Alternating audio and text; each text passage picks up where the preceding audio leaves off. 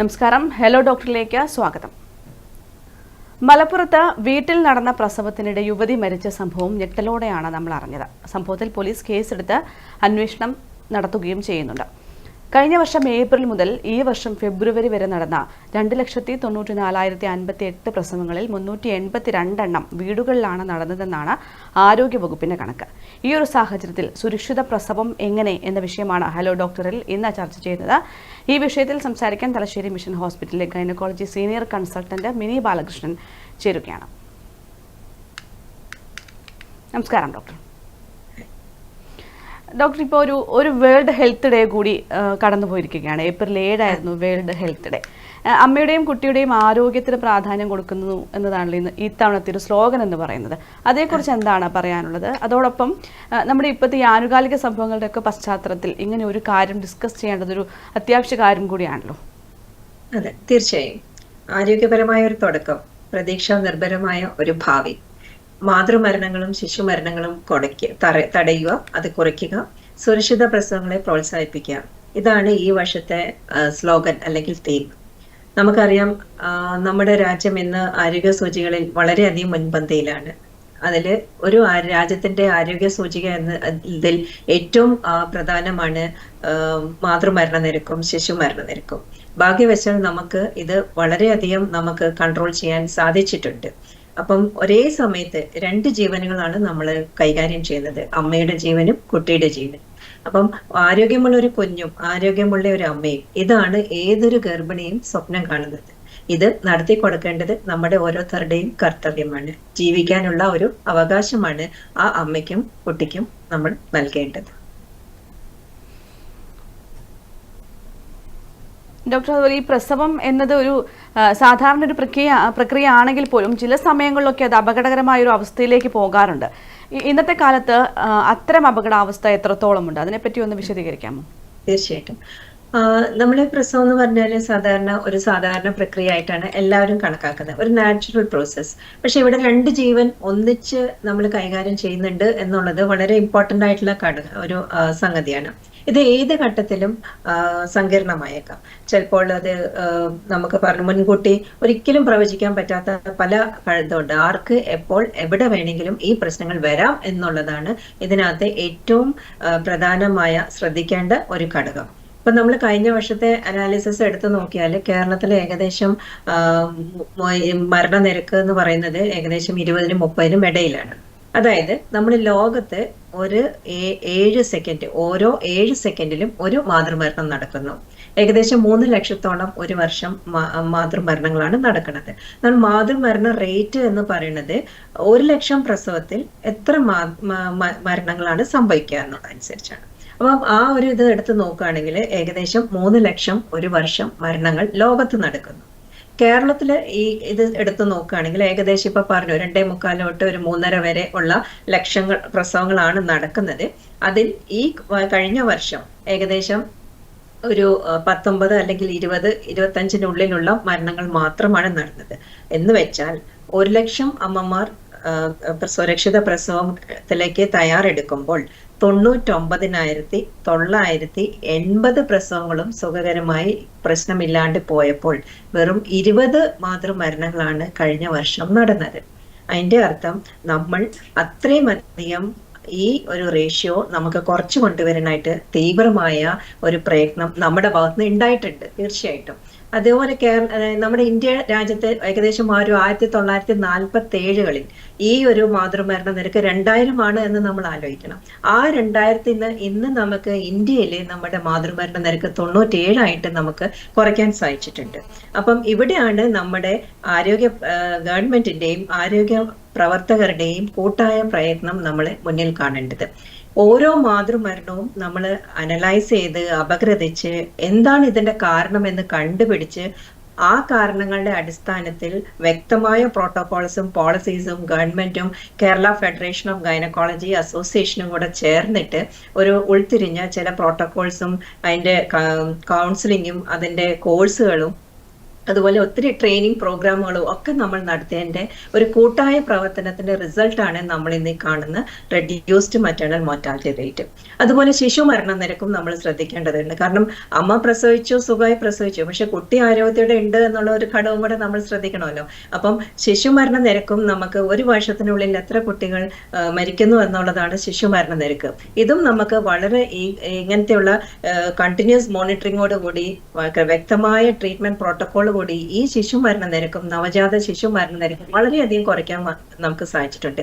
Infant mortality rate ഇന്ന് 6 കുറയ്ക്കാൻ പറ്റിയിട്ടുണ്ട്. പണ്ട് 50% കുട്ടികൾ ജനിച്ചു കഴിഞ്ഞിട്ട് മരിക്കുന്നു എന്നുള്ളത് കണ്ടിട്ടുണ്ട്. ഏകദേശം 20 ലക്ഷം കുട്ടികൾ ജനനത്തിന് ഒരു മാസത്തിനുള്ളിൽ മരിക്കുന്ന ഒരു സ്ഥിതിവിശേഷം പണ്ടുണ്ടായിരുന്നു. അതിൽ നിന്നും ഇന്ന് അത് 6 നമുക്ക് കുറയ്ക്കാനായിട്ട് സാധിച്ചിട്ടുണ്ട്. ഇതെല്ലാം സാധിച്ചത് എങ്ങനെയാണെന്ന് വെച്ചാൽ 99% ഹോസ്പിറ്റൽ ഡെലിവറീസ് ആണ് ഇപ്പൊ കേരളത്തിലുള്ളത്. ഈ ഒരു ഘടകം കൊണ്ട് മാത്രമാണ് കൃത്യസമയത്ത് കൃത്യചികിത്സ നമുക്ക് കൊടുക്കാൻ പറ്റിയത്. ഇനി കഴിഞ്ഞ വർഷത്തെ ഈ മാതൃമരണ നിരക്ക് അനലൈസ് ചെയ്ത് നമ്മൾ നോക്കുമ്പോൾ, അതായത് ഞാൻ പറഞ്ഞല്ലോ, നമ്മുടെ Kerala federation of gynaecology association confidential enquiry into maternal death, അത് അനോണിമസ് ആയിട്ട് നമ്മൾ വിദേശ രാജ്യങ്ങളിൽ ചെയ്യുന്ന ഒരു കാര്യമാണ്. മാതൃമരണം നമ്മൾ ഓഡിറ്റ് ചെയ്യുക. അത് ഗവൺമെന്റിന്റെ ഭാഗത്തും ഡിഎംഒയുടെ ഭാഗത്തുനിന്നും എല്ലാ മാസവും കൃത്യമായ ഓഡിറ്റിംഗ് നടക്കുന്നുണ്ട്. അതിൽ നമ്മൾ ആ ഓഡിറ്റിംഗ് നടന്നിട്ട് കാരണങ്ങൾ കണ്ടുപിടിച്ച് അതിന് കൃത്യമായ പ്രതിവിധികളും അതിന് നിർദ്ദേശങ്ങളും എല്ലാ ഡെലിവറി പോയിന്റിലും, അതായത് പ്രസവം നടക്കുന്ന ഓരോ യൂണിറ്റിലും അവിടെയുള്ള ഡോക്ടർമാർക്കും അവിടെയുള്ള സ്റ്റാഫുകൾക്കും കൃത്യമായ ഒരു ട്രെയിനിങ്ങും നിർദ്ദേശങ്ങളും പ്രോട്ടോകോൾസും പോളിസീസും ഉണ്ടായി കൊടുക്കുന്നതിന്റെ അനന്തരഫലമായിട്ട് മാത്രമാണ് നമുക്കിത് സാധിച്ചത്. ഇത് ഒരു ഹോസ്പിറ്റൽ ഡെലിവറി ചെയ്യുകയാണെങ്കിൽ മാത്രമേ സാധിക്കുകയുള്ളൂ. ഇതിൽ ഏറ്റവും കൂടുതൽ മരണം നടന്ന കാരണം എന്താ വെച്ചാൽ അമിത രക്തസ്രാവം അല്ലെ പോസ്റ്റ്മോർട്ടം ഹെമറേജ് ആയിരുന്നു. ഗർഭപാത്രം ചുരുങ്ങാത്ത അവസ്ഥ, അതായത് പ്രസവം കഴിഞ്ഞ് ഗർഭപാത്രത്തിന്റെ മസുകൾ ചുരുങ്ങിയിട്ടാണ് നമുക്ക് ഈ ബ്ലീഡിങ് നിൽക്കേണ്ടത്. എന്നാൽ ചില പ്രത്യേക സാഹചര്യത്തിൽ ചിലപ്പം ഒന്നിൽ കൂടുതൽ കുട്ടികളുള്ള കാര്യം, ചിലപ്പോൾ വെള്ളം കൂടിയ പ്രശ്നങ്ങൾ, ചിലപ്പോൾ ഗർഭപാത്രത്തിന് ശക്തി കുറവ്, ഇങ്ങനെ പല കാരണങ്ങൾ കൊണ്ട് ഗർഭപാത്രം ചുരുങ്ങാതെ വരുമ്പോൾ അമിത രക്തസ്രാവം ഉണ്ടാകാം. ഇത് വേഗം തന്നെ നമ്മൾ ഒരു 5 മിനിറ്റിനുള്ളിൽ ടാക്കിൾ ചെയ്തെങ്കിൽ മെഡിസിൻ കൊടുക്കുക. മെഡിസിൻ കൊടുത്തിട്ട് മാറ്റിയില്ലെങ്കിൽ ഐസിലേക്ക് മാറ്റിയിട്ട് അതിന് എന്നിട്ടും നിൽക്കുന്നില്ലെങ്കിൽ നമ്മൾ വേഗം തന്നെ ഓപ്പറേഷനുകളും അങ്ങനെയുള്ള ഘടകങ്ങളൊക്കെ നമ്മൾ ചെയ്യേണ്ടിയിരിക്കുന്നു. ഇപ്പം പ്രഷർ കൂടിയ മറ്റൊരു കേസാണ് രണ്ടാമത്തെ മാതൃമരണ നിരക്കിന് കണ്ടിരിക്കുന്നത്. പ്രഷർ കൃത്യസമയത്ത് നമ്മൾ ചെക്കപ്പ് ചെയ്യുക, കൃത്യ മെഡിസിൻസ് കൊടുക്കുക. ഇല്ലെങ്കിൽ ഓരോ അവയവത്തിലും പ്രഷർ കൂടിയാൽ പ്രശ്നം വരും. അപ്പൊ ഇങ്ങനെ ഓരോ അവയവത്തിലും പ്രശ്നം ബാധിക്കുമ്പോൾ ഏറ്റവും കൂടുതൽ പ്രശ്നം വരുന്നത് തലച്ചോറിനും കിഡ്നിക്കായിരിക്കും. അപസ്മാരം വന്നു കഴിഞ്ഞാൽ വെന്റിലേറ്ററിന്റെ സഹായം ചിലപ്പോൾ വേണ്ടി വന്നേക്കാം. ഓറൽ ടാബ്ലറ്റ്സ് അല്ലാണ്ട് വന്നു കഴിഞ്ഞാൽ, അതായത് ഗുളികകൾ അല്ലെങ്കിൽ നമ്മൾ ഇഞ്ചക്ഷൻസ് വേണ്ടി വന്നേക്കാം. ഇങ്ങനെയുള്ള പ്രശ്നങ്ങൾ ഉണ്ടാകാം. മൂന്നാമത്തെ നമ്മൾ മാതൃമരണത്തിന് കാരണമായത് സെപ്സിസ് അഥവാ അണുബാധയായിരിക്കും. ഇത് നമ്മൾ കൃത്യസമയത്ത് വേണ്ട ആന്റിബയോട്ടിക്കുകളും മറ്റ് ട്രീറ്റ്മെന്റും കൊടുത്താൽ മാത്രമേ നമുക്ക് രക്ഷിക്കാനാവൂ. പിന്നെ അതോടൊപ്പം ഏറ്റവും പ്രധാനം അർഹിക്കുന്ന അല്ലെങ്കിൽ ഏറ്റവും നമുക്ക് ഭയാനകമായ ഒരു പ്രശ്നം എന്ന് പറഞ്ഞാൽ ആംനോട്ടിക് ഫ്ലൂയിഡ് എംബോളിസം ആണ്. ആർക്കും മുൻകൂട്ടി പ്രവചിക്കാൻ പറ്റാത്തതും അതുപോലെ നമുക്കത് ഒരാൾക്ക് പറഞ്ഞ് മനസ്സിലാക്കി കൊടുക്കാൻ പറ്റാത്തതും. കാരണം വളരെ നോർമലായിട്ട് ഒരു പ്രസവത്തിൽ ഇരിക്കുന്ന ഒരു ആരോഗ്യവതിയായ യുവതിക്ക് പെട്ടെന്ന് അവരുടെ വേദന വരുമ്പോൾ അല്ലെങ്കിൽ ഗർഭാത്രത്തിലെ വെള്ളം പൊട്ടി അത് രക്തക്കൊഴലിൽ കൂടെ തലച്ചോറിലും രക്തധമനികളിലും ലങ്സിലും ഒക്കെ കയറി പെട്ടെന്ന് തന്നെ ബ്ലോക്ക് ആവുന്ന ഒരു സ്ഥിതിവിശേഷമാണ് ആംനോട്ടിക് ഫ്ലൂയിഡ് എംബോളിസം എന്ന് പറയുന്നത്. ഇത് നമുക്ക് ആർക്കും മുൻകൂട്ടി പ്രവചിക്കാൻ പറ്റില്ല. ഏത് രോഗിക്കാണ് വരുന്നത്, ഏത് അമ്മയ്ക്കാണ് അത് വരിക എന്ന് പറയാൻ പറ്റില്ല. പക്ഷെ വന്നു കഴിഞ്ഞാൽ പെട്ടെന്ന് തന്നെ അപസ്മാരവും ഹൃദയമിടിപ്പ് കുറയുകയും ശ്വാസം മുട്ടൽ വരികയും പെട്ടെന്ന് തന്നെ ഒരു മരണവക്കിലേക്ക് പേഷ്യന്റ് പോവുകയും ചെയ്യും. അപ്പൊ ഈ ഒരു സമയത്തൊക്കെ ഇമ്പോർട്ടൻ്റ് ആയിട്ട് ഇന്റൻസീവ് ക്രിട്ടിക്കൽ കെയർ ട്രീറ്റ്മെന്റ് നമുക്ക് കൊടുക്കേണ്ടതുണ്ട്. മറ്റൊന്ന് സ്ഥിതിവിശേഷം എന്ന് പറഞ്ഞാൽ മറു വിട്ടുവരാത്തത് അല്ലെങ്കിൽ മറു ഗർഭപാത്രത്തിൽ ഒട്ടിപ്പിടിച്ചിരിക്കുക, ബ്ലീഡിങ് നിൽക്കുകയില്ല. പിന്നെ നമ്മളിപ്പം ഇതെല്ലാം നമുക്ക് എന്താണെന്ന് വെച്ചാൽ ഇതെല്ലാം നമ്മൾ കറക്റ്റായിട്ട് അപ്പം ട്രീറ്റ്മെന്റ് കൊടുക്കണം. അപ്പൊ തക്ക സമയത്ത് തക്ക ചികിത്സ കൊടുത്താൽ മാത്രമേ നമുക്ക് ഈ മരണങ്ങൾ നമുക്ക് പ്രിവെന്റ് ചെയ്യാൻ പറ്റൂ. പിന്നെ ഈ ഒരു ഇപ്രാവശ്യത്തെ കഴിഞ്ഞ 2 വർഷത്തെ ഒരു സ്ഥിതിവിശേഷം എന്ന് പറഞ്ഞു കഴിഞ്ഞാൽ സൂയിസൈഡ് റേറ്റ് പ്രഗ്നന്റ് വിമൻ അതും ഇപ്പോൾ കൂടിയിട്ടുണ്ട്. വളരെ ഇമ്പോർട്ടൻ്റ് ആയിട്ടുള്ള ഒരു മാനസിക സമ്മർദ്ദം ഗർഭിണികൾ അനുഭവിക്കുന്നുണ്ട് എന്നുള്ളതിന്റെ ഒരു ലക്ഷണമാണ് സൂയിസൈഡ് ചെയ്യുന്ന റേറ്റ്സും വളരെ കൂടിയിട്ടുണ്ട് എന്നുള്ളത്. പക്ഷെ ഇതിലെല്ലാം നമുക്ക് ചെയ്യാൻ പറ്റുന്നത് കൃത്യമായ ഹോസ്പിറ്റൽ ഡെലിവറി, കൃത്യമായ ഗവൺമെന്റ് നിർദ്ദേശിക്കുന്ന ചെക്കപ്സും ചെയ്ത് കഴിഞ്ഞ് നമ്മൾ ലോ റിസ്ക് ഹൈ റിസ്ക് എന്ന് കണ്ടുപിടിച്ച് അങ്ങനെയുള്ളവർക്ക് വേണ്ട ട്രീറ്റ്മെന്റ് കൊടുക്കുക. അപ്പൊ അങ്ങനെ ഉണ്ടെങ്കിൽ മാത്രമേ നമുക്ക് ഈ പറഞ്ഞ 1,00,000 പ്രസവത്തിൽ നമ്മുടെ മാതൃമരണ നിരക്ക് നമുക്ക് 20-ൽ താഴെ എത്തിക്കാൻ പറ്റും. 2025 കൂടിയായിട്ടാണ് നമ്മുടെ മാതൃമരണ നിരക്ക് 20 ആക്കണം എന്ന് ഗവൺമെന്റിന്റെ ടാർഗറ്റ് ആണ്. നമ്മുടെ പറയാലോ, ഓരോ ഗോൾസ് ഉണ്ട്, നമുക്ക് സുസ്ഥിര ഗോൾസ് ഉണ്ട്. അതിലേക്ക് എത്താൻ നമ്മൾ ഓൾറെഡി നമ്മൾ എത്തിക്കഴിഞ്ഞിരിക്കുന്നു. അപ്പൊ നമ്മൾ തീർച്ചയായിട്ടും അത് ചെയ്യണം. പക്ഷെ ഇവിടെ ഏറ്റവും വേദനാജനകരമായ കാര്യം എന്ന് പറയുന്നത്, ഈ ഗവൺമെന്റിന്റെ ഇത്രയും ഡോക്ടർമാരുടെയും ആരോഗ്യ പ്രവർത്തകരുടെയും കൂട്ടായ പ്രവർത്തനത്തിൽ നമ്മൾ നേടിയെടുക്കുന്ന ഈ ലോ മറ്റേണൽ ഡെത്ത് റേറ്റ് നമുക്ക് വളരെ ബുദ്ധിമുട്ടി നമ്മൾ നേടിയെടുക്കുന്നതാണ്. പക്ഷേ ഒഴിച്ചുകൂടാൻ പറ്റാത്ത ഈ 20 മാതൃമരണ നിരക്കുകൾ നമുക്ക് എന്തെങ്കിലും ഉണ്ടായിട്ടുണ്ടെങ്കിൽ അത് നമുക്ക് ഇപ്പം വരുന്ന സ്ഥിതി ശേഷം എന്ന് വെച്ചാൽ എന്ത് വന്നു കഴിഞ്ഞാലും അത് ഡോക്ടറുടെ വീഴ്ചയായിട്ടോ അല്ലെ ആശുപത്രിയുടെ അനാസ്ഥയായിട്ടോ ഒക്കെ ചിത്രീകരിച്ച് അത് നമുക്ക് ഈ ആരോഗ്യ പ്രവർത്തകരുടെ മനോവീര്യം കെടുത്തുന്ന ഒരു ബ്രേക്കിംഗ് ന്യൂസ് ആയിട്ട് മാറും എന്നുള്ളത് വളരെ സങ്കടകരമായ ഒരു കാര്യം കൂടെ നമുക്ക് പറയാനുണ്ട്. കാരണം ഇതിനെതിരെയാണ് നമ്മൾ ഇന്ത്യൻ മെഡിക്കൽ അസോസിയേഷനും ഗൈനക് അസോസിയേഷനും നമ്മളെ ശക്തമായിട്ട് അപലപിക്കുന്നത്. കാരണം നിങ്ങൾ നമ്മുടെ കൂടെ നിൽക്കൂ, നമുക്ക് വേണ്ടത് കൃത്യസമയത്ത് ചെയ്ത് നമുക്ക് രക്ഷിക്കാനാവും. പക്ഷെ 20 വിദേശ രാജ്യങ്ങൾ പോലും, അമേരിക്ക പോലെയുള്ള വിദേശ രാജ്യങ്ങൾ പോലും മാതൃമരണ നിരക്ക് 33-ൽ നിൽക്കുമ്പോഴാണ് കേരളത്തിൽ ഇപ്പോൾ അത് 20-ന്റെ അടുത്തോട് നമുക്ക് എത്തിക്കാനായിട്ട് സാധിച്ചിട്ടുള്ളത്. ഡോക്ടർ, നമ്മൾ കഴിഞ്ഞ ദിവസങ്ങളിലൊക്കെ കണ്ടതാണ് ഈ മലപ്പുറത്ത് ഒരു യുവതി വീട്ടിൽ പ്രസവിക്കുകയും രക്തസ്രാവത്തെ തുടർന്ന് മരണപ്പെടുകയും ഒക്കെ ചെയ്തത്. അതിൻ്റെ ഒരു പ്രസക്തി എന്താണ് ഡോക്ടർ? ഇത്തരം സംഭവങ്ങളെ പറ്റി പറയാനുള്ളത് എന്താണ്? നമുക്ക് എത്രത്തോളം ഈ ഒരു കാര്യത്തെ അനുകൂലിക്കാൻ സാധിക്കും? നമുക്ക് ഒരിക്കലും അതിനോട് യോജിക്കാനാവില്ല. കാരണം ഇപ്പോൾ ഞാൻ ഇത്രയും പറഞ്ഞത് തന്നെ നമുക്കറിയാം എത്ര ബുദ്ധിമുട്ടിയിട്ടാണ് നമ്മൾ ഇവിടം വരെ എത്തിച്ചെന്നുള്ളത്. കാരണം വീട്ടിൽ പ്രസവിക്കുക അല്ലെങ്കിൽ പ്രകൃതിയോട് ഇണങ്ങി ചേർന്ന ഒരു നാച്ചുറൽ ബർത്ത്, പണ്ടുള്ള ഒരു പഴയ കാലത്തിലേക്ക് പോവുക എന്നുള്ളത് ഒരു ഫാഷൻ തരംഗമായിട്ട് ഇപ്പൊ പലരുടെ ഇടയിലും ഒരു കൂട്ടായ്മയായിട്ട് വന്നു ചേരുന്നുണ്ട്. അപ്പൊ അത് പക്ഷേ ഒരു അന്ധവിശ്വാസങ്ങളുടെ പുറത്തായിരിക്കാം, ചിലപ്പോൾ ഒരു അമിത ആത്മവിശ്വാസത്തിന്റെ പുറത്തായിരിക്കാം, അതും അല്ലെങ്കിൽ ചില വാട്സാപ്പ് കൂട്ടായ്മയോ അല്ലെങ്കിൽ സോഷ്യൽ മീഡിയ ഇൻഫ്ലുവൻസ് കൊണ്ടോ നമ്മൾ അതിൽ ആകൃഷ്ടരായിട്ട് ചില ഫാമിലീസ് അതിന് ഇറങ്ങിത്തിരിക്കാറുണ്ട്. പക്ഷെ നമ്മൾ ശ്രദ്ധിക്കേണ്ട ഇതെന്ന് വെച്ച് കഴിഞ്ഞാൽ ഇത് ശരിക്കും ശാസ്ത്രത്തിനോടൊരു വെല്ലുവിളി തന്നെയാണ്. കാരണം ജീവൻ മരണ പോരാട്ടമാണ്. ഒരു അമ്മയ്ക്കും കുട്ടിക്കും സുഖമായിട്ട് ജീവിക്കാനുള്ള ഒരു അവകാശമാണ് നമ്മൾ ഇതിലൂടെ നിഷേധിക്കുന്നത്. ഒരു വൈദ്യസഹായം അല്ലെങ്കിൽ ഒരു ട്രെയിൻ ബർത്ത് അസിസ്റ്റന്റ് അല്ലെങ്കിൽ ഒരു ഡോക്ടറുടെ സാന്നിധ്യം ഇല്ലാണ്ട് നടക്കുന്ന പ്രസവങ്ങൾ തീർച്ചയായിട്ടും നമ്മൾ വളരെയധികം പ്രശ്നങ്ങളിലേക്ക് ഉണ്ടാവും എന്നുള്ളതിന് യാതൊരു സംശയമില്ല. കാരണം കഴിഞ്ഞ വർഷം 523 പ്രസവങ്ങളാണ് വീട്ടിൽ നടന്നതെന്ന് കാണുന്നു. ഇതിൽ തന്നെ 2 മാതൃമരണങ്ങൾ ഓൾറെഡി നമ്മൾ പേപ്പറിൽ മീഡിയയിലൊക്കെ കണ്ടു കഴിഞ്ഞിരിക്കുന്നു. അപ്പൊ വളരെ എന്താ പറയാ ഒരു വലിയൊരു കാര്യം ചെയ്ത പോലെയാണ്. ഞാൻ ഇതെടുത്ത് ബ്ലേഡ് വെച്ചിട്ട് പൊക്കിൾക്കൊടി മുറിച്ചു അല്ലെങ്കിൽ മറുവെടുത്തു, ഇതൊക്കെ വളരെ സിമ്പിളായ ഒരു കാര്യമായിട്ടാണ് പറയുന്നത്. പക്ഷെ ഇത് മാത്രമല്ല പ്രസവം എന്നുള്ളത് നമ്മൾ എപ്പോഴും മനസ്സിലാക്കണം. പ്രസവം എന്ന് പറഞ്ഞാൽ ഓരോ കാര്യത്തിലും അന്തർലീനമായ പല അപകടങ്ങളും അതിൽ നടക്കുന്നുണ്ട്. കാരണം ഒരു പ്രസവം എങ്ങനെയാണ് സുഖമായിട്ടാവുക? ഒരു അമ്മയുടെ വയറ്റിലൊരു കുട്ടി ഇങ്ങനെ കിടക്കുകയാണ്. ഇത് ഡേറ്റ് ആകുമ്പം ഈ ഗർഭപാത്രം ചുരുങ്ങി കൺട്രാക്ഷൻ വന്ന് കുട്ടി പതുക്കെ പതുക്കെ പതുക്കെ താഴേക്ക് ഇറങ്ങി വരണം. ഈ കുട്ടിയുടെ തല തിരിഞ്ഞു വന്നിട്ടുണ്ടോ, കുട്ടി നല്ലോണം ഇതായി വളഞ്ഞ് ഇറങ്ങി വരുന്നുണ്ടോ എന്ന് നമ്മൾ ഇടയ്ക്കിടയ്ക്ക് അസസ് ചെയ്യാറുണ്ട്. കുട്ടിക്ക് ഇറങ്ങി വരുന്ന നാട്ടലിന്റെ അല്ലെങ്കിൽ നമ്മളെ ഇടുപ്പിന്റെ ഭാഗത്ത് വികാസമുണ്ടോ, ആവശ്യത്തിന് അവിടെ സ്പേസ് ഉണ്ടോ, അവിടെ ഇറങ്ങി വരുമ്പോൾ കുട്ടിക്ക് ഇങ്ങനെ ഇറങ്ങി വരുമ്പോൾ കുട്ടിക്ക് എന്തെങ്കിലും ശ്വാസമുട്ടൽ വരുന്നുണ്ടോ, അതുപോലെ ഗർഭപാത്രം തുറന്നു വരുന്നുണ്ടോ, കുട്ടി ഇറങ്ങി വരുമ്പോൾ അതിന്റെ പൊസിഷൻ കറക്റ്റ് ആണോ. അതുപോലെ തന്നെ ഈ ഹൃദയമെടുപ്പും നമുക്ക് ശ്രദ്ധിക്കേണ്ടതുണ്ട്. കുട്ടി മഷി ഇടുന്നുണ്ടോ, കുട്ടിക്ക് ശ്വാസം മുട്ടുന്നുണ്ടോ, കുട്ടിക്ക് ഓക്സിജൻ കുറയുന്നുണ്ടോ, ഇത് നമ്മൾ ഇടുപ്പ് ശ്രദ്ധിച്ചുകൊണ്ടിരിക്കുകയാണ്. അപ്പം ഇത്രയും കാര്യങ്ങളെല്ലാം നോക്കണം. ഇനി ഇത് കഴിഞ്ഞ് പ്രസവം കഴിഞ്ഞാൽ തന്നെ ഗർഭപാത്രം ചുരുങ്ങുന്നുണ്ടോ, ഗർഭപാത്രത്തിൽ ഈ പറഞ്ഞ പോലെ ആംനിയോട്ടിക് ഫ്ലൂയിഡ് എംബോളിസം ഇത് വരുന്നുണ്ടോ, പ്രഷർ കൂടിയിട്ട് അബോധാവസ്ഥയിലേക്ക് പോകുന്നുണ്ടോ, ഭയങ്കര പ്രശ്നങ്ങളെല്ലാം നമ്മൾ ഓരോ മിനിറ്റും ശ്രദ്ധിച്ചു കൊണ്ടുപോയിട്ടാണ് നമ്മൾ നോക്കേണ്ടത്. അല്ലാണ്ട് ഒരു സിമ്പിളായിട്ട് ഇങ്ങനെ ഇറങ്ങി വന്നു, കട്ട് ചെയ്തു, മറു വന്നു, കുട്ടീനെ എടുത്തു, ഇങ്ങനെയല്ല ഒരു പ്രസവം എന്ന് പറഞ്ഞാൽ. അത് മാത്രമല്ല അതിനകത്ത്, അത് ചില കാര്യങ്ങൾ ചിലപ്പോൾ എളുപ്പത്തിൽ വന്നേക്കാം. പക്ഷെ ഇങ്ങനത്തെ പ്രശ്നങ്ങളൊക്കെ വരുമ്പോഴാണ് നമ്മൾ ശ്രദ്ധിക്കേണ്ടത്. അപ്പം ആശുപത്രി പോകരുത്, മരുന്ന് കഴിക്കരുത്, ഇത് വെറും അക്യുപഞ്ചർ മതി അല്ലെങ്കിൽ ഇത് മതി എന്നൊക്കെ പറഞ്ഞിട്ട് ഇതിനെ ഇങ്ങനെ നിസ്സാരവൽക്കരിക്കരുത് എന്നൊരു അപേക്ഷ മാത്രമാണ് നമുക്ക് പറയാനുള്ളത്. നിങ്ങൾ എന്ത് ശാസ്ത്രം വേണമെങ്കിലും എടുത്തോളൂ, പക്ഷെ ഒരു ട്രെയിൻ ഡോക്ടർ അല്ലെങ്കിൽ ഒരു ട്രെയിൻഡ് ബർത്ത് അസിസ്റ്റന്റ് അറ്റൻഡന്റ് അവിടെ ഉണ്ടാവണം എന്നുള്ളതും ആശുപത്രിയിൽ എത്രയും പെട്ടെന്ന് എത്തിക്കാനുള്ള ഒരു സംവിധാനം നിങ്ങൾക്ക് ഉണ്ടെന്ന് നിങ്ങൾ ഉറപ്പുവരുത്തണം എന്നുള്ളത് ഏറ്റവും ബേസിക് ആയിട്ട് നമ്മൾ ശ്രദ്ധിക്കേണ്ട ഒരു കാര്യം തന്നെയാണ്. ഡോക്ടർ, ഈ പറഞ്ഞതുപോലെയുള്ള ഈ തരത്തിലുള്ള മാതൃമരണങ്ങളൊക്കെ പലപ്പോഴും കേൾക്കാറുണ്ട്. നമുക്കത് തടയാൻ എങ്ങനെ സാധിക്കും ഡോക്ടർ? എങ്ങനെ നമുക്ക് ഈ ഒരു സമൂഹത്തെ ബോധവൽക്കരിക്കാൻ സാധിക്കും? ഓക്കെ, തീർച്ചയായിട്ടും. നമ്മളിപ്പോ പറഞ്ഞു, ഏകദേശം നമ്മുടെ മാതൃമരണ നിരക്ക് 2000 ഉണ്ടായിരുന്നത് നമ്മൾ കൃത്യമായ ഒരു പ്രോട്ടോകോൾസോട് കൂടിയാണ് നമ്മളിപ്പോ 20 എത്തിച്ചിരിക്കുന്നത്.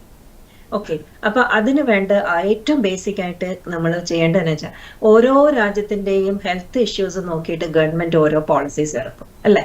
ആ പോളിസീസ് നമ്മൾ ഏറ്റവും ബേസിക് ഗ്രാസ് റൂട്ട് ലെവലിലുള്ള ആരോഗ്യ പ്രവർത്തകരെ, ആശാ വർക്കേഴ്സ്, JPHN തുടങ്ങി ഏറ്റവും മെഡിക്കൽ കോളേജ് വരെയുള്ള ഒരു ചെയിൻ ഓഫ് ഒരു സിസ്റ്റമാണ് നമ്മുടെ നാട്ടിൽ ഇന്ന് നിലവിലുള്ളത്. അപ്പം ഏറ്റവും ആദ്യം നമ്മൾ കണ്ടു കഴിഞ്ഞാൽ നമ്മൾ ആദ്യം ചെയ്യേണ്ടത്, ഇന്ന് ജീവിതശൈലി രോഗങ്ങളൊക്കെ വളരെ വർദ്ധിച്ചിരിക്കുന്നു. തന്മൂലം ഈ കോംപ്ലിക്കേഷൻസും വളരെ കൂടുതലാണ്, അല്ല പണ്ടത്തെ പോലെ അല്ല. അപ്പൊ നമുക്കറിയാം, ഹാർട്ട് ഡിസീസ് കൂടിയിട്ടുണ്ട്, ഷുഗറിന്റെ ഇൻഫ്ലുവൻസ് കൂടിയിട്ടുണ്ട്, മാനസിക സമ്മർദ്ദം കൂടിയിട്ടുണ്ട്, പൊണ്ണത്തടി കൂടിയിട്ടുണ്ട്, തൈറോയിഡിന്റെ ഇഷ്യൂസ് കൂടിയിട്ടുണ്ട്, വിളർച്ച. പണ്ട് നമ്മൾ ഭക്ഷണം കഴിക്കാത്തതുകൊണ്ട് വളർച്ച, ഇന്ന് ജങ്ക് ഫുഡ്സും മറ്റുള്ള കഴിച്ചിട്ടാണ് കൂടുതലും വളർച്ച വരുന്നത്. അപ്പം കൃത്യമായ പോഷകാഹാര കുറവല്ല, പക്ഷെ അമിതവണ്ണമാണ് ഇപ്പോൾ കാണുന്നത്. അങ്ങനെ ഒരു പ്രീ കൺസംഷൻ, അതായത് ഗർഭിണി ആവുന്നതിന് മുമ്പ് തന്നെ ഈ പറഞ്ഞ പ്രശ്നങ്ങളെല്ലാം നമ്മൾ കൺട്രോൾ ചെയ്യാം. രണ്ടാമത്, ഗർഭിണി ആയ ഉടനെ തന്നെ ഇപ്പം ഗവൺമെന്റിന്റെ ഒരു രജിസ്ട്രേഷൻ ഉണ്ട്, HMS പോർട്ടലുണ്ട്. അപ്പൊ അതിൽ കൂടി നമ്മൾ രജിസ്റ്റർ ചെയ്യാം. അപ്പം ഗർഭിണിക്ക് വേണ്ട കൃത്യമായ നിർദ്ദേശങ്ങളും മാർഗനിർദ്ദേശങ്ങളും ഒരു മാനുവൽ ബുക്ക്ലെറ്റും ഒക്കെ കൊടുക്കുന്നുണ്ട്. ഇനി ചെക്കപ്പ് നമ്മൾ മാസം നമ്മൾ നടത്തുന്നുണ്ട്. ചെക്കപ്പ് നടത്തുമ്പോൾ മിനിമം നമ്മൾ 4 ചെക്കപ്പാണ് ഗവൺമെന്റിൽ പറയുന്നെങ്കിലും ഒരു മാസത്തിൽ ഒരിക്കലെങ്കിലും ഒരു ചെക്കപ്പ് ചെയ്യണം എന്നുള്ളതാണ് കണക്ക്. കാരണം പ്രസവത്തിലുടനീളം എപ്പോൾ വേണമെങ്കിലും പ്രഷർ കൂടാം, എപ്പോൾ വേണമെങ്കിലും രക്തം കുറയാം, എപ്പോൾ വേണമെങ്കിലും മനക്കക്കുറവ് വരാം, ബ്ലീഡിങ് വരാം. ഇതൊന്നും നമുക്ക് മുൻകൂട്ടി പ്രവചിക്കാൻ പറ്റാത്തതാണ്. അപ്പൊ ഈ ഒരു കൃത്യമായ പ്രോട്ടോകോൾ ചെക്കപ്പ് ചെയ്യുകയാണെങ്കിൽ നമുക്ക് ഈ ഗർഭിണികളെ രണ്ടായിട്ട് തരംതിരിക്കാം. ഒന്ന് ലോ റിസ്ക്, വേറെ വലിയ പ്രശ്നങ്ങളൊന്നും ഇല്ലാത്ത ഗർഭിണികൾ, അവർക്ക് ഏറ്റവും അടുത്തുള്ള ആരോഗ്യ ഇൻസ്റ്റിറ്റ്യൂഷൻ അല്ലെങ്കിൽ പ്രൈവറ്റ് ഹോസ്പിറ്റൽ എവിടെയാണെന്ന് വെച്ചാൽ അവർക്ക് ഇഷ്ടമുള്ള സ്ഥലത്ത് പ്രസവിക്കാനായിട്ട് അവർ രജിസ്റ്റർ ചെയ്യട്ടെ. ഇനി ഹൈ റിസ്ക് കേസുകൾ, ഇങ്ങനത്തെയുള്ള ഹൈ റിസ്ക് കേസുകൾ വിദഗ്ധ പരിശോധന അല്ലെങ്കിൽ വിദഗ്ധ ചികിത്സ ലഭിക്കേണ്ട ഹോസ്പിറ്റലുകളിൽ മാത്രമേ നമുക്ക് അനുവദിക്കാൻ പറ്റൂ. ഉദാഹരണത്തിന് മറു ഒട്ടിപ്പിടിച്ച് നമ്മൾ സ്കാനിങ്ങിൽ മറു ഒട്ടിപ്പിടിച്ച് നിൽക്കുന്നതായിട്ടോ, അങ്ങനെ പ്ലാസന്റ ഒട്ടിപ്പിടിച്ച് നിൽക്കുന്ന ഒരവസ്ഥ കണ്ടുവന്നിരിക്കുക ഒരു 34-8 മാസം ആകുമ്പോൾ, അവർക്ക് തീർച്ചയായിട്ടും ബ്ലഡ് ബാങ്ക് ഫെസിലിറ്റിയും കൂടുതൽ ശസ്ത്രക്രിയ കൂടുതലായിട്ട് ചെയ്യേണ്ട സംവിധാനമുള്ള ആശുപത്രിയിൽ മാത്രമേ നമുക്ക് അവരുടെ പ്രസവം നമുക്ക് കണ്ടിന്യൂ ചെയ്യാൻ പറ്റുള്ളൂ. അതുപോലെ തന്നെയാണ് നമുക്ക് പ്രസവ ആനന്തര മാനസിക സപ്പോർട്ട് കൊടുക്കേണ്ട ഒരു കാര്യങ്ങളുണ്ട്. അപ്പൊ നമുക്ക് അതിനോടൊപ്പം തന്നെ ഈ പ്രസവം എടുക്കുന്ന ഇൻസ്റ്റിറ്റ്യൂഷൻസിലെ എല്ലാ ഡോക്ടർമാർക്കും സ്റ്റാഫുകൾക്കും ഒക്കെ നമുക്ക് ട്രെയിനിങ് കൊടുക്കേണ്ടതുണ്ട്. എങ്ങനെ ഓരോ കണ്ടീഷനും ഏതൊക്കെ മരുന്ന് കൊടുക്കണം, എങ്ങനെ നമുക്ക് അതിനെ ശുശ്രൂഷിക്കണം, എന്തൊക്കെ കണ്ടീഷനിൽ നമുക്ക് ഓപ്പറേഷൻ വേണ്ടി വരും, ഇതെല്ലാം നമുക്ക് കൃത്യമായിട്ട് ഒരു പ്രോട്ടോകോൾ ഉണ്ട്. BP കൂടി അതിന്റെ മെഡിസിൻ കൊടുക്കണം, അതിൽ കുറഞ്ഞിട്ടില്ല എന്ത് ചെയ്യണം, ഇതെല്ലാം അതിൽ കൃത്യമായിട്ട് പറയുന്നുണ്ട്. അപ്പൊ അത് നമ്മൾ വളരെ ശ്രദ്ധിക്കണം. ഇനി നമ്മൾ ഇങ്ങനെ പോകുമ്പോൾ നമുക്ക് മനസ്സിലാവും ലോ റിസ്ക് ഹൈ റിസ്ക് നമ്മൾ മനസ്സിലാക്കി. ഇനി നമുക്ക് പറയാനുള്ള ഒരേ ഒരു കാര്യം എന്ന് പറഞ്ഞാൽ, നമുക്ക് കണ്ടുപിടിക്കാൻ പറ്റുന്ന കുറച്ച് കാര്യങ്ങളുണ്ട്. അതായത് പ്രഷർ കൂടിയാൽ, ഷുഗർ കൂടിയാൽ, തൈറോയ്ഡ് ഉണ്ടെങ്കിൽ, അതുപോലെ വളർച്ചക്കുറവുണ്ടെങ്കിൽ, അതുപോലെ ഇരട്ട കുട്ടികൾ, വെള്ളം കുറവുള്ളത്, വളർച്ച കുറവുള്ളത്, രക്തയോട്ടം കുറവുള്ളത്, ഇതൊക്കെ നമുക്ക് ഇങ്ങനെ പല പരിശോധനയിൽ കണ്ടുപിടിക്കാൻ പറ്റും. എന്നാൽ ഏത് ഗർഭിണിക്കാണ് പോസ്റ്റ്മോർട്ടം ഹെമറേജ് അല്ലെ അമിത രക്തസ്രാവം ഉണ്ടാവുക എന്ന് ഞങ്ങൾക്ക് മുൻകൂട്ടി പറയാനാവില്ല. വളരെ കുറച്ച് പേർക്ക് ഉണ്ടാവും, പക്ഷെ നമ്മൾ നോർമലായി ഇരിക്കുന്ന ചിലർക്കും ചിലപ്പോൾ പെട്ടെന്ന് വളർച്ചക്കുറവ് വരാം. രണ്ടാമത് പൾമനറി എംബോളിസം, അല്ലെങ്കിൽ ഹൃദയത്തിലേക്ക് അല്ല ലങ്സിലേക്കുള്ള ക്ലോട്ട്സ് വരിക എന്നുള്ള എംബോളിസം എന്നുള്ളത്. മൂന്നാമത് ഞാൻ മുമ്പ് പറഞ്ഞ പോലെ ആംനിയോട്ടിക് ഫ്ലൂയിഡ് എംബോളിസം, ഇതും നമുക്ക് ആർക്കാ വരിക എന്ന് പറയാനാവില്ല.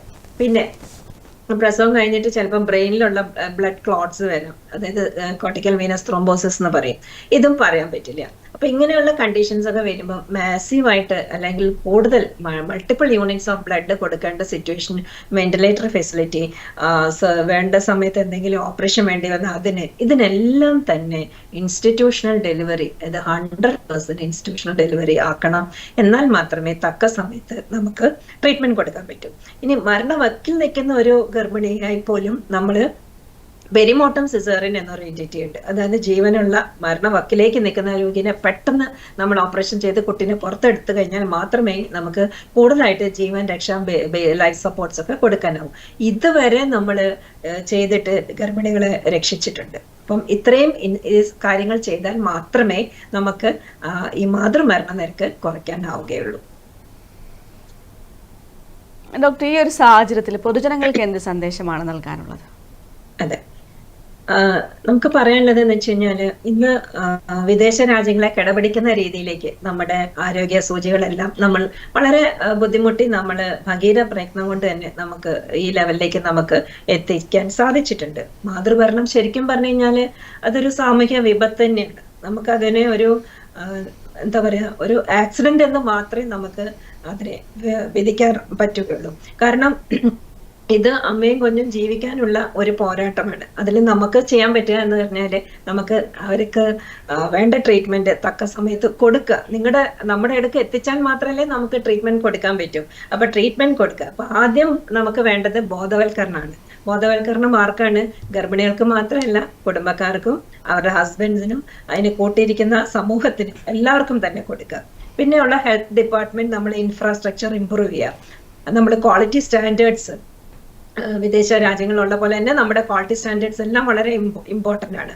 പിന്നെ ഏറ്റവും basic level, grass root level ASHA വർക്കേഴ്സിന്, JPHന് അവരെല്ലാം ഹോം വിസിറ്റ്സിന് പോകുന്നവരാണ്. അപ്പൊ അവർക്ക് നമുക്ക് ഈ പ്രോജക്ട്സ് എല്ലാം പറഞ്ഞു കൊടുക്കാവുന്നതാണ്. ഗുണനിലവാരം ഉറപ്പുവരുത്താനാണ്. ബ്ലഡ് ബാങ്ക് ഫെസിലിറ്റി നമുക്ക് കൂട്ടേണ്ടതാണ്. പിന്നെ നമുക്ക് ചെയ്യേണ്ടതെന്ന് വെച്ച് കഴിഞ്ഞാല് ഇങ്ങനെ കൃത്യം ഇതെല്ലാം ഗവൺമെന്റ് ചെയ്തിട്ടും ഇതിന് സഹകരിക്കാത്തവരെ തീർച്ചയായിട്ടും മാതൃകാപരമായിട്ട് ശിക്ഷിക്കണം. എന്തെങ്കിലും ഒരു ലോ കൊണ്ടുവരണം. ഒഴിവാക്കാൻ പറ്റാത്ത മരണം വരുമ്പോൾ മാത്രം ഡോക്ടർമാരെയോ ഹോസ്പിറ്റലിനെ കുറ്റം പറഞ്ഞിട്ട് കാര്യമില്ല. ഇവര് സമൂഹവും അതുപോലെ പേഷ്യന്റും ബൈസ്റ്റാൻഡേഴ്സും നമ്മുടെ കൂടെ സഹകരിച്ചാൽ മാത്രമേ നമുക്ക് ഈ ഒരു ആരോഗ്യപരമായ പ്രസവം നമുക്ക് നടത്താനാവുകയുള്ളൂ. അതുകൊണ്ട് എനിക്ക് പറയാനുള്ളത്, ആരോഗ്യ പ്രവർത്തകരും ഗവൺമെന്റും ഒത്തുചേർന്ന് പ്രവർത്തിച്ചാൽ മാത്രമേ നാം ഇന്ന് സ്വപ്നം കാണുന്ന ഈ ഒരു നിലവാരം നമുക്ക് കൈവരിക്കാനാകും. അല്ലാണ്ട് വെറുതെ നമ്മൾ വാട്സാപ്പ് യൂണിവേഴ്സിറ്റിയോ അല്ല യൂട്യൂബിലൊക്കെ പൊങ്ങി വരുന്ന ഫേക്ക് ഡോക്ടേഴ്സിന്റെ മാത്രം വിശ്വസിച്ച് നിങ്ങളുടെ ജീവൻ അവരുടെ കൈകളിൽ അർപ്പിച്ച് വെറുതെ നിങ്ങൾ കുഴപ്പത്തിലേക്ക് ചാടരുത്.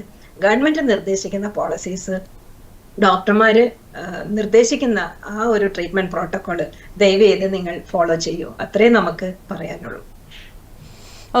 നിങ്ങൾക്കും പ്രത്യേകിച്ച് നിങ്ങളെ പോലെയുള്ള സാമൂഹിക നമുക്ക് പ്രവർത്തനത്തിൽ ഏറ്റവും മുൻപന്തിയിൽ നിൽക്കുന്ന സാമൂഹിക മാധ്യമങ്ങളാണ്. നിങ്ങൾക്ക് ഇത് വളരെയധികം ഞങ്ങളുടെ കൂടെ സപ്പോർട്ട് ചെയ്യാൻ പറ്റും. അപ്പൊ തീർച്ചയായിട്ടും ഇങ്ങനെയുള്ള പ്രശ്നങ്ങൾക്ക് കൂടുതൽ ഇമ്പോർട്ടൻസ് കൊടുത്ത് നമ്മുടെ ഈ ഒരു ആരോഗ്യപരമായ നമ്മുടെ ഈ വർഷത്തെ വേൾഡ് ഹെൽത്ത് ഡേയുടെ തീമിലേക്ക് നിങ്ങൾക്കും വളരെയധികം പങ്കുണ്ട്. ദയവേത് നമ്മുടെ കൂടെ സഹകരിച്ച് നമുക്ക് എല്ലാവർക്കും ഒരു കൂട്ടായ പ്രയത്നത്തിലൂടെ ഈ ഒരു നേട്ടം കൈവരിക്കാനാകുമാറട്ടെ എന്ന് ഞാൻ ആശംസിക്കുന്നു. തീർച്ചയായും ഡോക്ടർ. നമ്മുടെ പ്രോഗ്രാം വൈൻഡപ്പ് ചെയ്യാനുള്ള സമയമായിരിക്കുകയാണ്. ഒരുപാട് നന്ദി ഹലോ ഡോക്ടറിൽ അതിഥിയായി എത്തിയതിന്. ഹലോ ഡോക്ടറുടെ ഇന്നത്തെ എപ്പിസോഡ് ഇവിടെ പൂർണ്ണമാവുകയാണ്. വീണ്ടും കാണാം. നമസ്കാരം.